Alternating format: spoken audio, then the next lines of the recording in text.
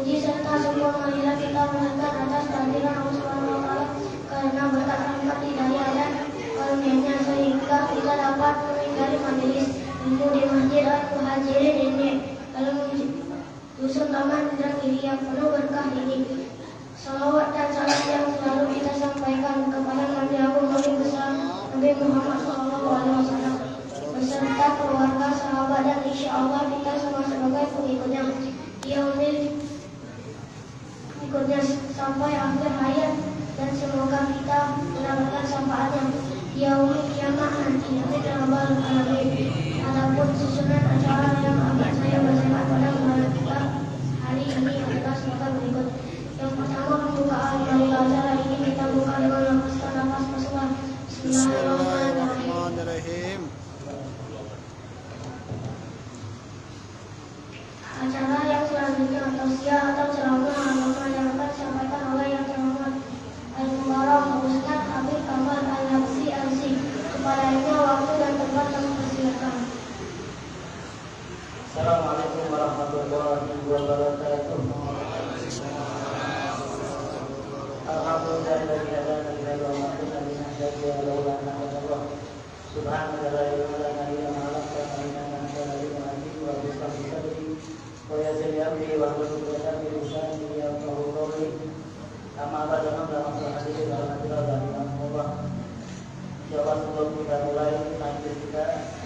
Kita mulai dengan baca Al-Fatihah kepada pengarang kitab dan mengucapkan hajat kita dibaca kepada Allah Subhanahu wa taala.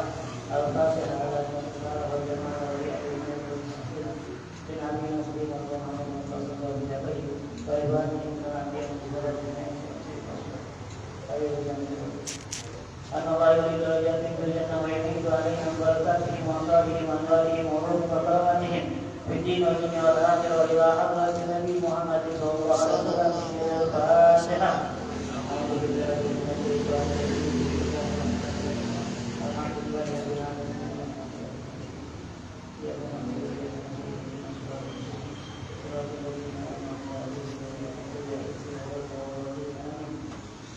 Bismillahirrahmanirrahim. Wa ta'ala madain wal ibadah wal istighfar wal hasanah wa tasbihu billah wa sunnati Rasulillah wa da'wati ila huda wa dalalati ila khair iki wa sallallahu wa kubihi wa salamihi billah.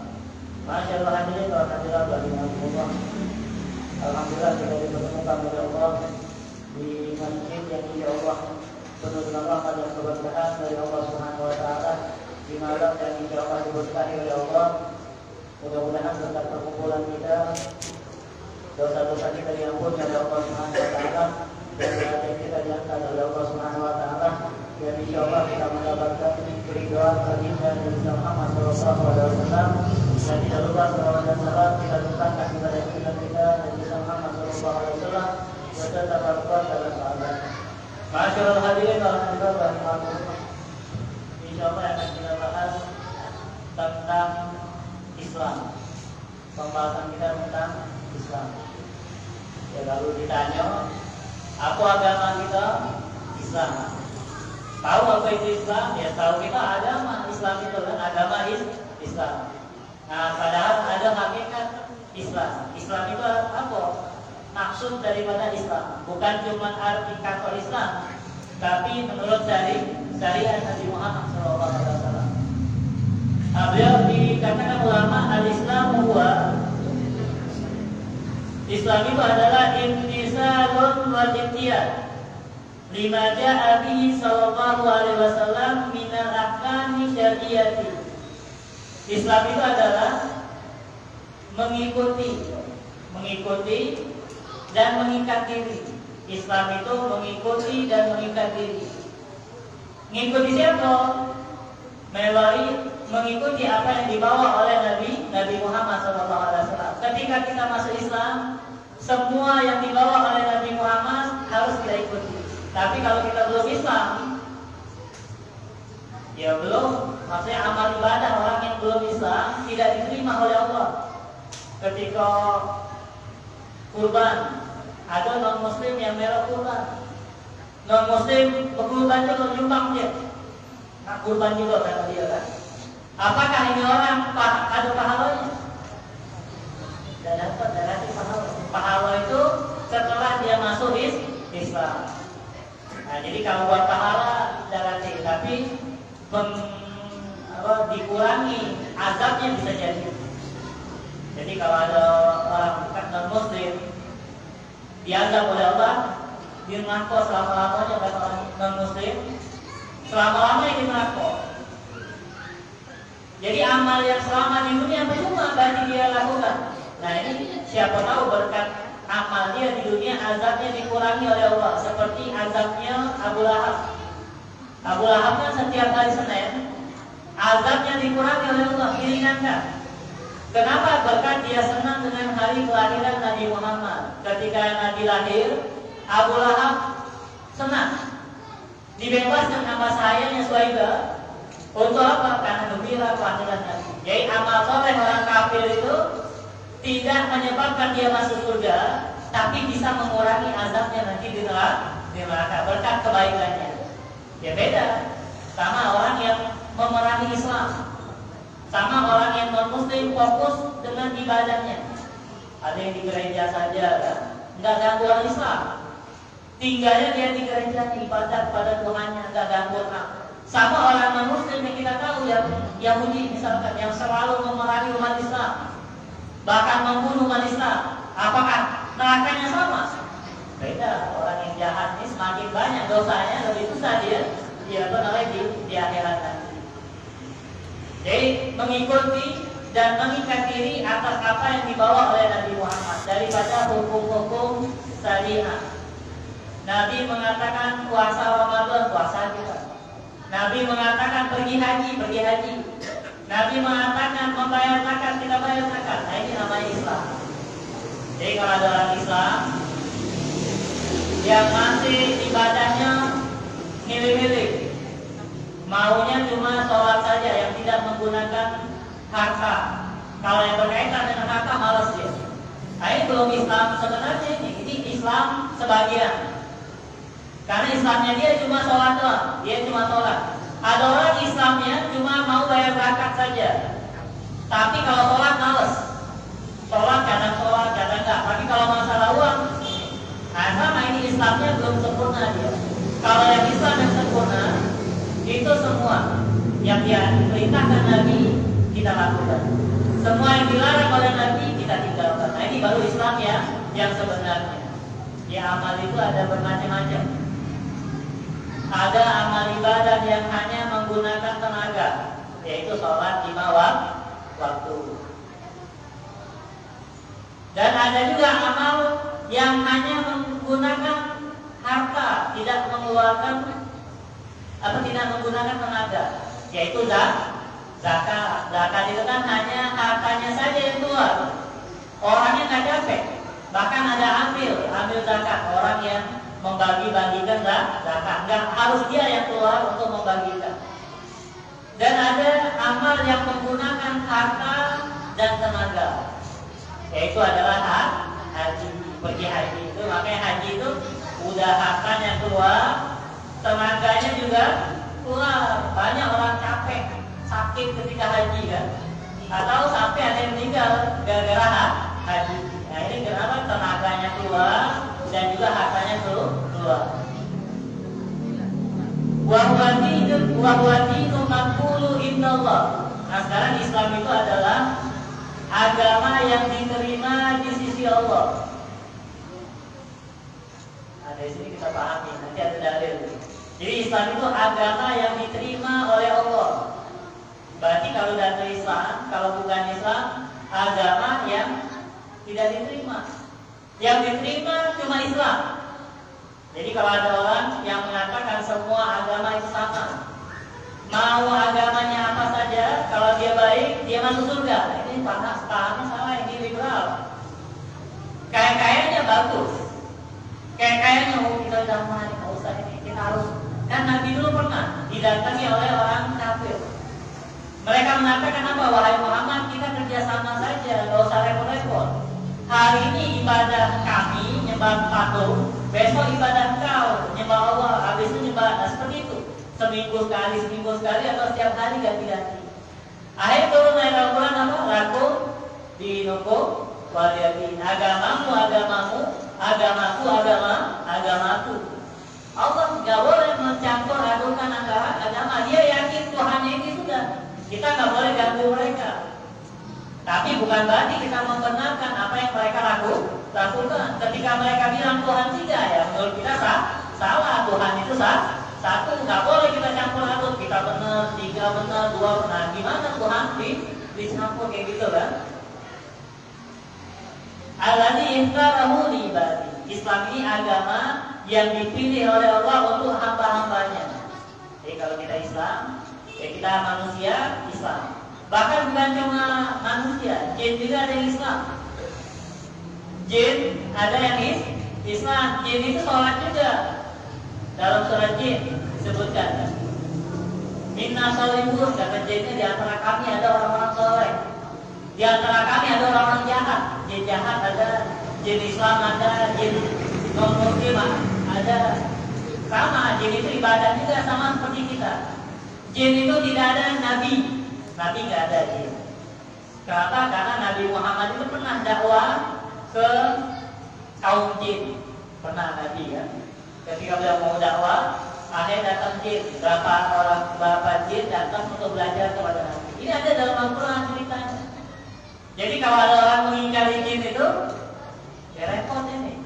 Kenapa? Ada dalam Al-Quran cerita jin itu belajar dengan Nabi. Sampai disebut ke Nabi ada yang api badannya kan. Gak jelas apa namanya. Ada makhluk Allah SWT.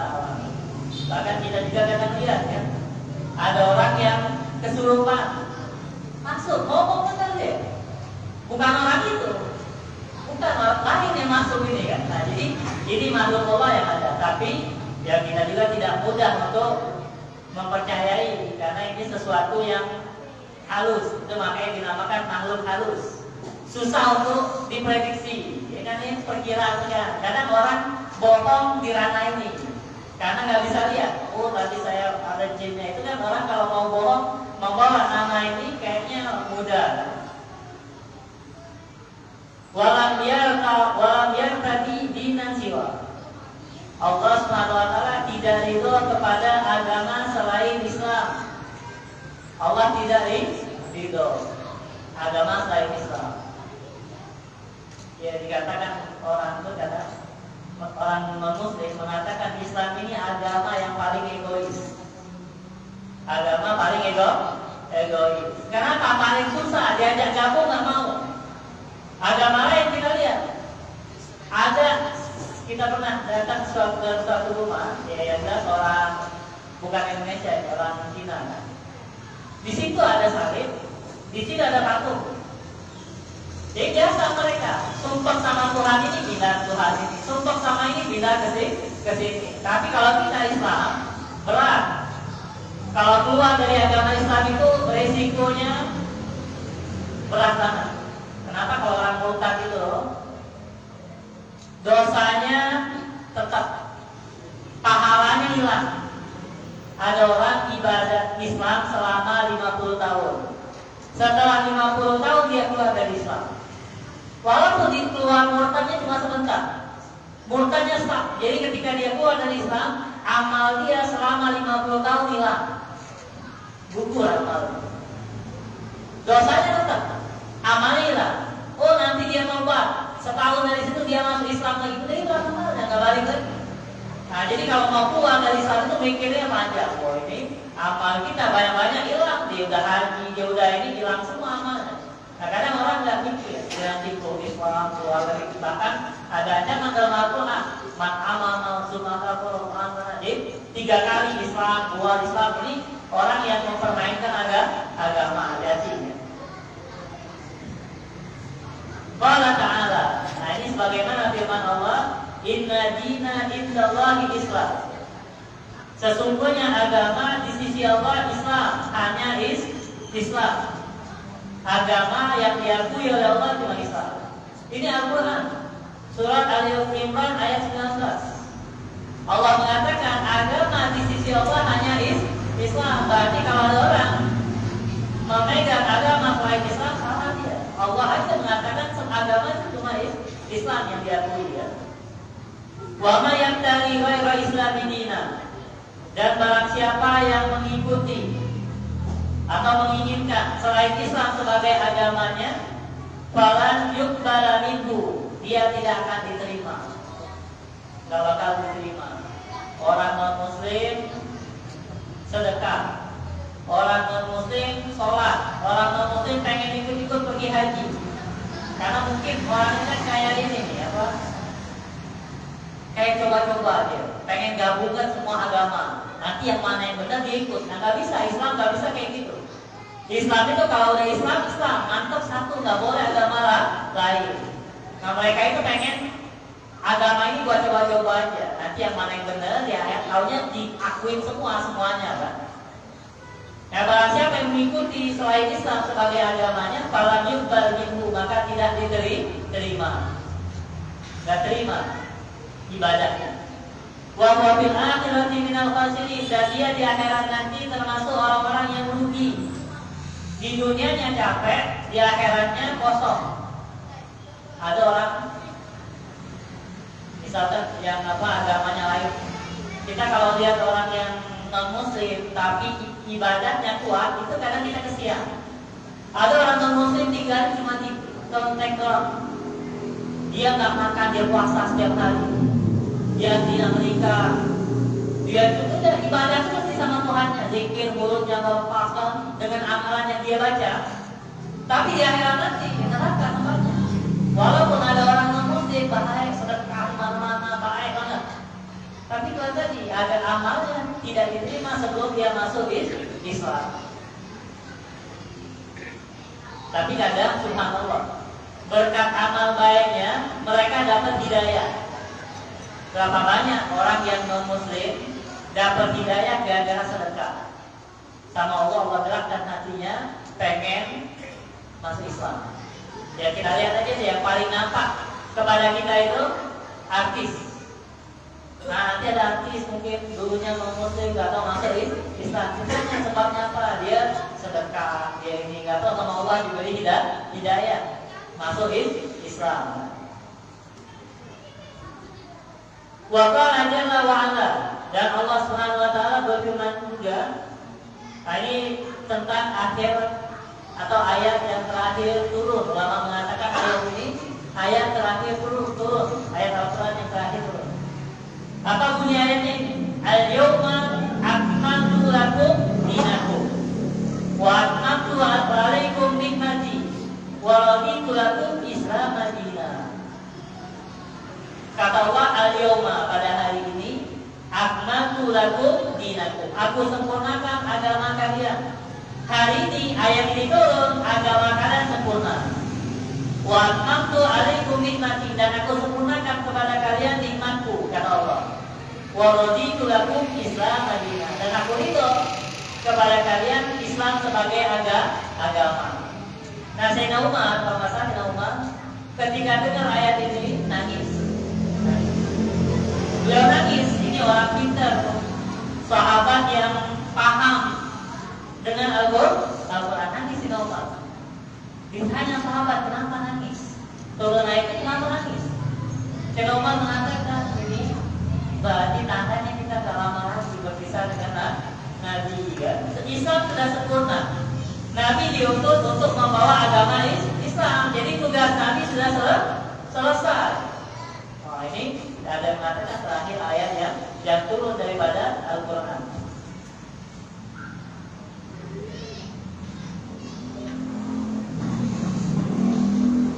Arkan Islam satu. Rukun Islam itu ada 5. Nah, ini sudah kita bahas pertemuan sebelumnya kan. Nah, bersumber dari hadis Nabi. Apa kata Nabi? Bunya Islamu ala khamsin. Islam itu dibangun atas 5 perkara, kata Nabi. Islam itu dibangun atas 5 perkara. Yang pertama, mengucapkan 2 kalimat syahadat. Asyhadu an la ilaha illallah wa anna Muhammadar Rasulullah. Yang kedua, wa iqamus shalah, mendirikan salat. Yang ketiga, ita'uz zakat, membayar zakat. Yang keempat, puasa di bulan suci Ramadan. Yang kelima, haji bagi yang mampu. Ini sepele, mudah. Tapi subhanallah, di era sekarang ini banyak anak-anak muda nggak hafal. Anak kita tes rukun Islam itu pondasi. Ada kita lihat ya di YouTube atau di mana. Ada anak sekolah ditanya rukun Islam, anak juga SMA. Rukun Islam nggak tahu. Sebutkan rukun Islam yang ketiga, nggak tahu dia. Nah, jadi belajar sekolah itu apa yang dipelajari? Mereka kadang orang udah pintar ilmu dunianya, tapi agamanya nggak tahu. Padahal ini fondasi kita harus paham. Rukun Islam, rukun iman itu harus sudah di luar kepala. Karena ini sumber fondasi kita umat Islam. Nah, rukun Islam yang kelima ini murtabitun ba'duha saling mengikat satu sama lain. Rukun Islam itu saling mengikat. Nggak bisa kita satu saja atau empat saja, satunya nggak bisa, nggak Islam itu. Satu sama lain saling mengikat, harus ada lima-limanya. Nggak boleh hilang satu pun, nggak boleh, harus lima-limanya ada. Jadi kalau fondasi yang namanya tiang itu, ini kan menguatkan. Satu hilang, lumpuh kita Islamnya kan. Dua hilang, tiga hilang, banyak yang hilang, udah Islam kita masalah. Kenapa zaman sekarang orang kayaknya mudah tertipu dengan sesuatu kan?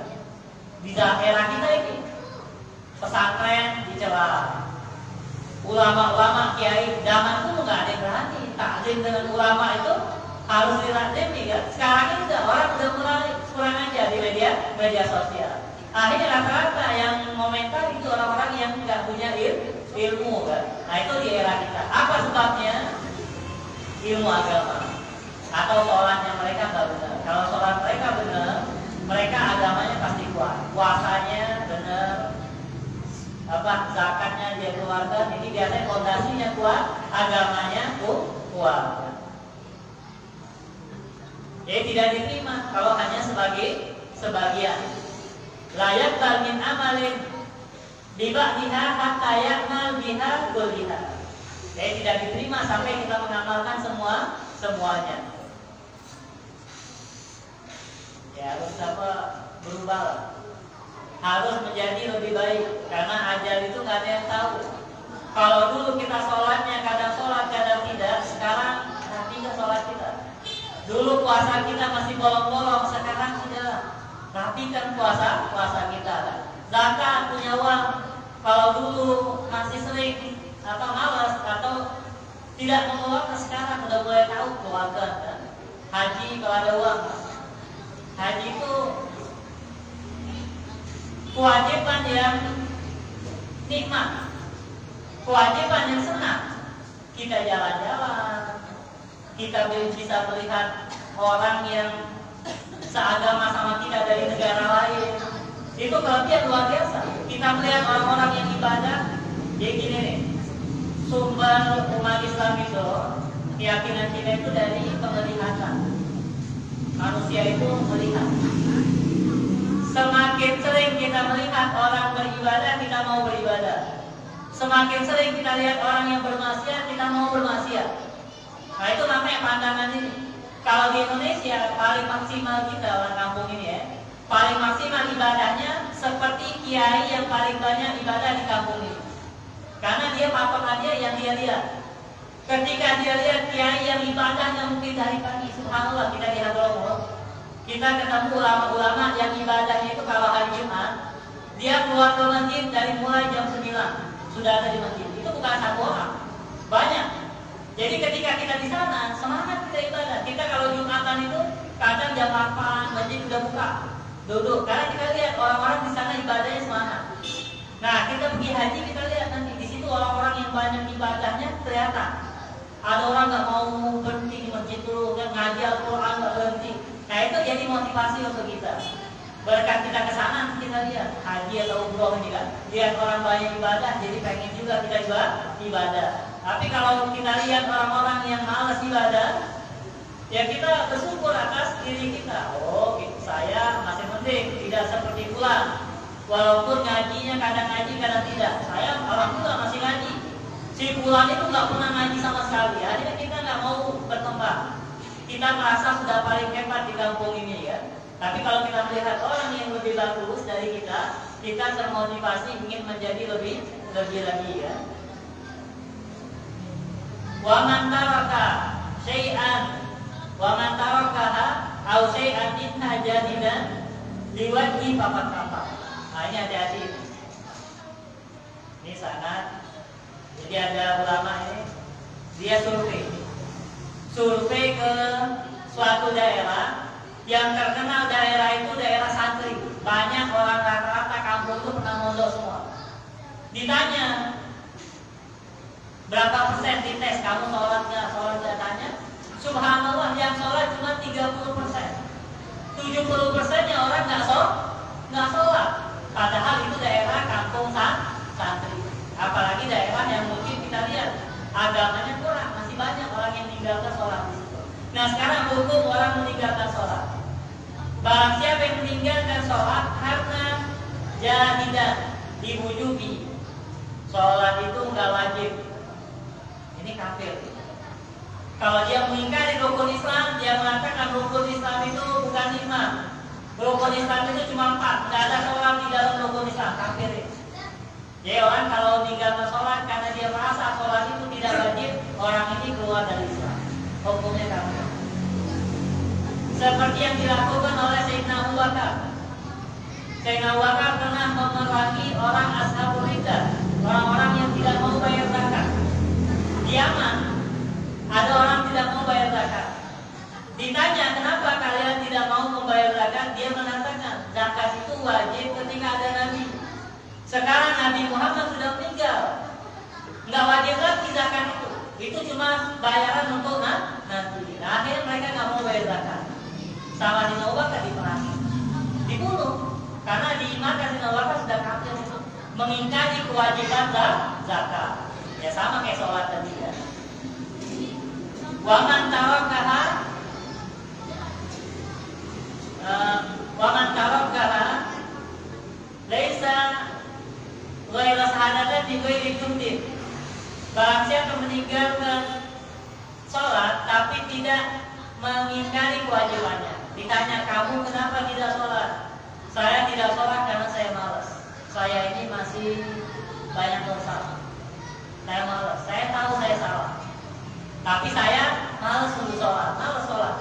Nah, orang yang seperti ini dikatakan maka dia fasik, orang pelaku dosa besar. Dia melakukan dosa besar meninggalkan sholat, tapi dia nggak kafir. Kenapa? Karena dia mengatakan bahwasanya sholat itu tetap wajib, tapi dianya saja yang bandel, dianya saja yang malas sholat. Nah begitu juga zakat, puasa, haji. Kalau meninggalkannya karena malas, maka fasik, pelaku dosa besar. Jadi dunia ini cuma sekali. Dunia cuma sekali. Dan hati-hati, nyesel di dunia masih enak, bisa balik lagi. Tapi kalau nyesel di akhirat nggak bisa balik lagi. Apalagi kewajiban haji ini. Jadi haji itu ada orang punya harta, tapi dia bisa haji. Sama dia nanti saja dulu ya, nanti saja hajinya, nggak tahu ajalnya datang. Ini orang termasuk itu tadi tidak melaksanakan haji bagi yang mampu. Nasallallahu alaihi. Tapi kalau negara kita kan tergantung pemerintah. Kalau memang sudah datang waktunya, kita nolak tahun depan aja, saya nggak mau sekarang. Nggak tahu ajal datang, ini bahaya. Bahkan dikatakan ulama, barang siapa yang sudah cukup uangnya pergi haji, sama dia diundur dan habisnya dia bangkrut. Hanya orang tetap dapat kewajiban haji. Kenapa? Karena pas dia mampu, kenapa dia tidak cepat-cepat pergi? Akhirnya dia bangkrut, utang. Sama kayak utang sama wajib. Kalau kita kan yang nggak mampu nih, ketika nggak pergi haji di akhirat selesai kita. Kenapa? Memang tidak ada kewajiban. Tapi kalau orang pernah mampu, dia nggak pergi haji, habisnya bangkrut dia, utang dia. Walaupun minjem dia harus pergi haji, dia lepas kewajibannya tadi ya.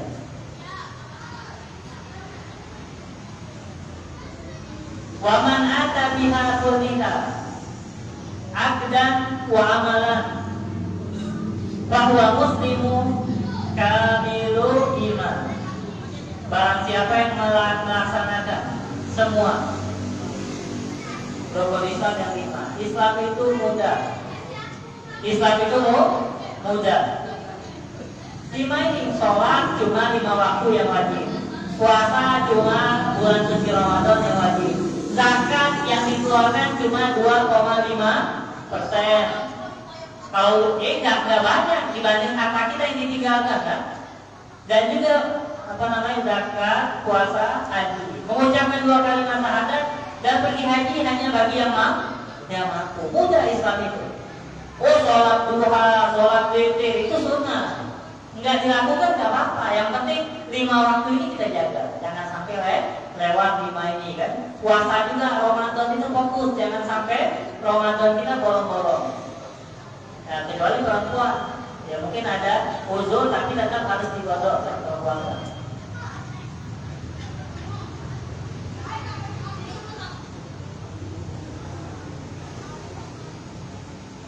Wa man ada bi amalil Islam bila tasdiqi biha fa huwa munafiq.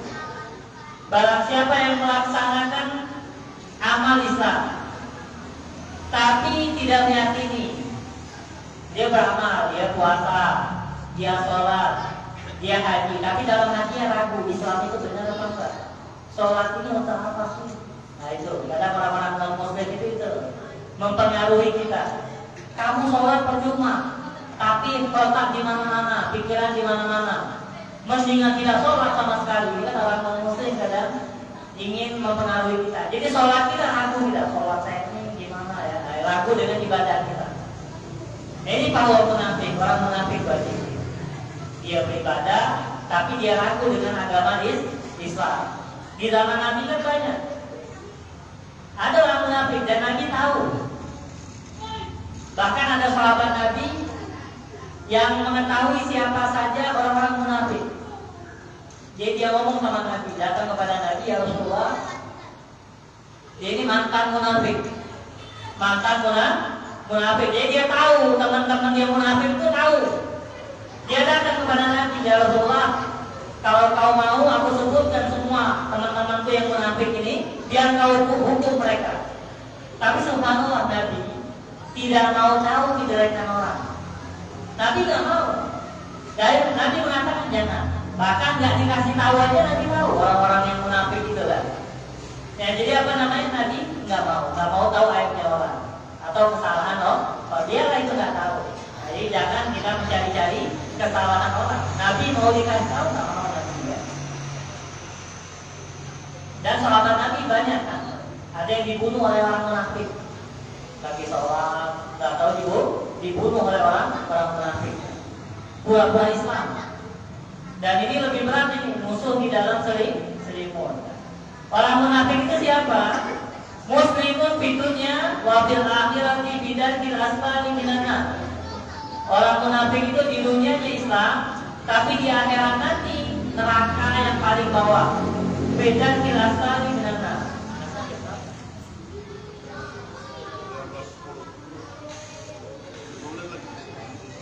Jadi orang munafik itu di neraka bidarkil asfali minan nar, neraka yang paling dalam. Karena berat ini.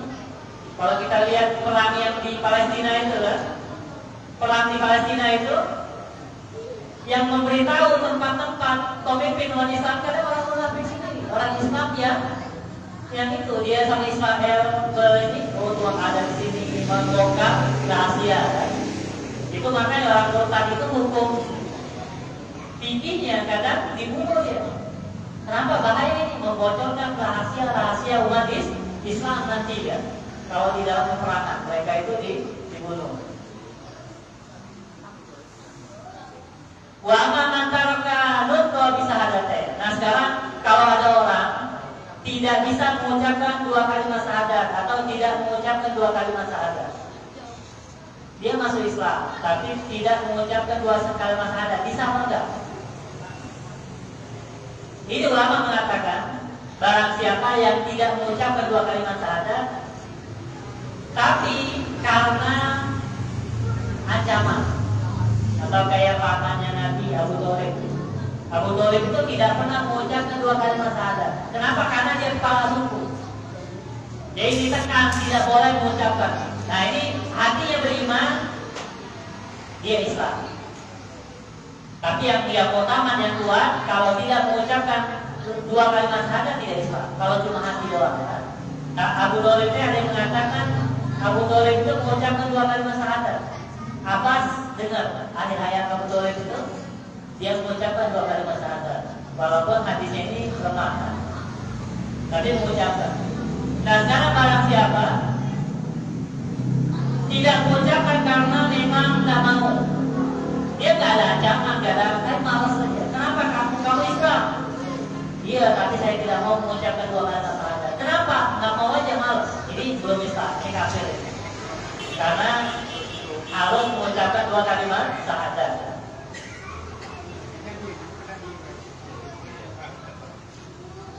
Nah sekarang ini yang kita bahas tadi untuk orang yang dilahirkan di tempat orang kafir.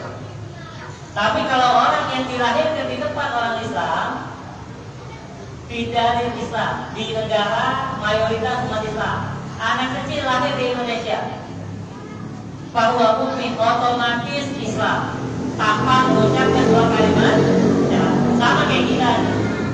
Kita lahir orang tua kita Islam, apakah kita wajib mengucapkan 2 kalimat syahadat? Tidak. Otomatis kita Islam dengan Islamnya orang tua kita. Itu makanya bahasanya apa? Islam warisan dari orang tua Islam keturunan. Beda sama Islam orang yang baru masuk Islam. Kadang imannya beda juga. Kita bertemu dengan orang Eropa waktu di Hadramut. Mereka itu keyakinannya kuat banget. Kenapa? Karena mereka itu yang benar-benar melawan nafsunya kan.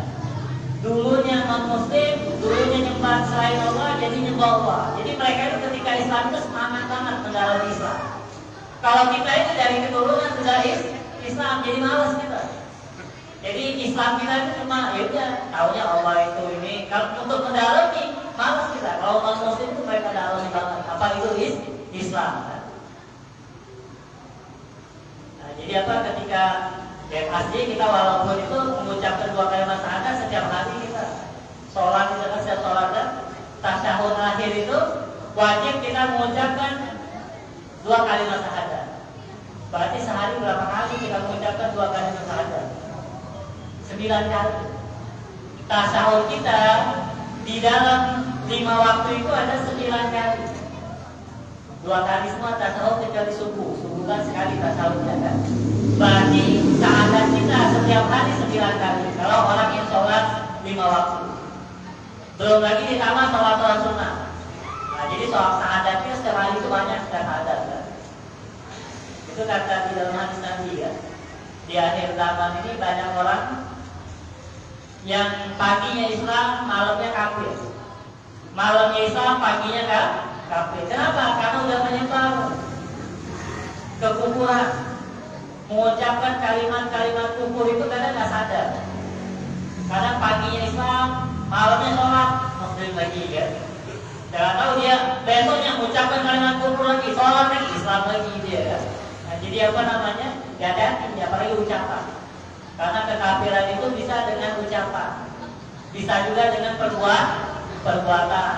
Kalau dengan ucapan jelas mengakui bahwasannya Tuhan itu lebih dari satu, nah itu kafir itu.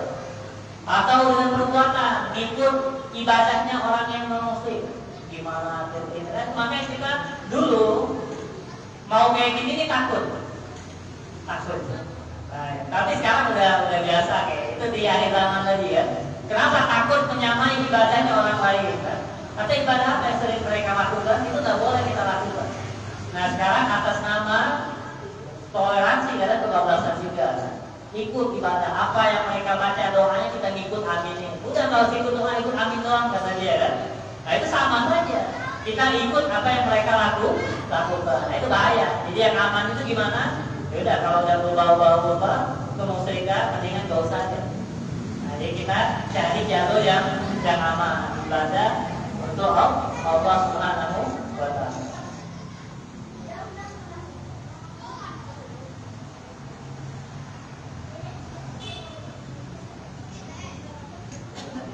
Ada pertanyaan? Masih 2 menit lagi.